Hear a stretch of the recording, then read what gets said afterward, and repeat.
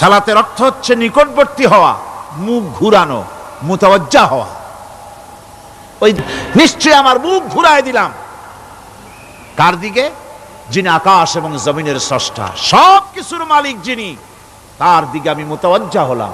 নামাজের অর্থই হচ্ছে মুতাওয়াজ্জা হওয়া, মুখ ঘুরিয়ে দেওয়া, চেহারা ঘুরিয়ে দেওয়া। আর নামাজের আরেক অর্থ হচ্ছে নিকটবর্তী থেকে আরো নিকটবর্তী হওয়া। আল্লাহ রাব্বুল আলামিন বলেন, নিকটবর্তী হতে হলে ওয়াসজুদ ওয়াকতারিব, সেজদা দাও আর সেজদার মাধ্যমে আমার নিকটবর্তী হয়ে যাও। সেজদা দিলেই আল্লাহর নিকটবর্তী হওয়া যায়। কোন সুবহানাল্লাহ। সাহাবী, আল্লাহ নবীর সাহাবী প্রশ্ন করেছেন, নবীজি বান্দা কখন আল্লাহর নিকটবর্তী হয়ে যায়? নবীজি বলেছেন, বান্দা যখন সেজদা দেয় তখন আল্লাহর বান্দার মাঝে কোনো হিজাব থাকে না, একদম আল্লাহ পাকের নিকটবর্তী হয়ে যায় বান্দা যখন সেজদায় পড়ে যায়। সুতরাং নামাজ হচ্ছে নিকটবর্তী হওয়া, সালাত এটা হচ্ছে নিকটবর্তী হওয়া।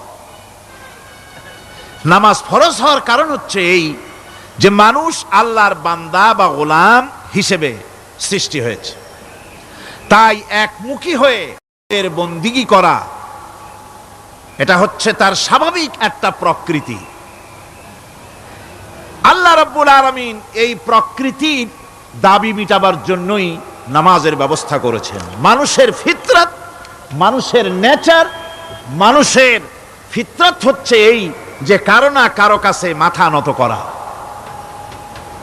হাত জোড় করা, মাথা নত করা, সার্বভৌমত্বের মালিক কাউকে মনে করা।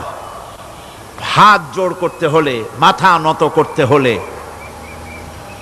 সার্বভৌমত্বের মালিক হিসেবে কাউকে গ্রহণ করতে হলে আল্লাহর বিকল্প কেউ আছে নাকি?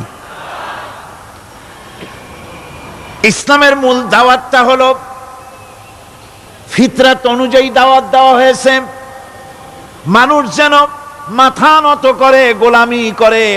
এজন্য আল্লাহ রাব্বুল আলামিন বলেছেন যে আমি মানুষ এবং জিনকে সৃষ্টি করেছি, তার কারণটাই হলো মা খালাকতুল জিন্না ওয়াল ইনসা ইল্লা লিয়াবুদুন। মানুষ আর জিন জাতিকে সৃষ্টি করা হয়েছে ইবাদতের জন্য, গোলামির জন্য। ইবাদত আর গোলামি এটাই করতে হবে, গোলামি করতে হবে, দাসত্ব করতে হবে। আর এই দাসত্ব, আল্লাহর আনুগত্যই গোলামির দাওয়াত দিয়েছেন দুনিয়ার সব নবীরা।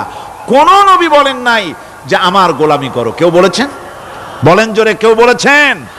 আল্লাহ পাক বলেন, ওয়ালাকাদ বা'আসনা ফি কুল্লি উম্মাতির রাসূলা আন ইবুদুল্লাহা ওয়াজতানিবুত তাগুত। প্রত্যেক জাতির জন্য আমি রাসূল প্রেরণ করেছি, তারা মানুষকে দাওয়াত দিয়েছেন এই কথা বলে যে এক আল্লাহর গোলামি করো, তিনি ছাড়া কোনো ইলাহ নাই, আইনদাতা নাই, বিধানদাতা নাই, তার গোলামি, তার সামনে মাথা নত করে দাও।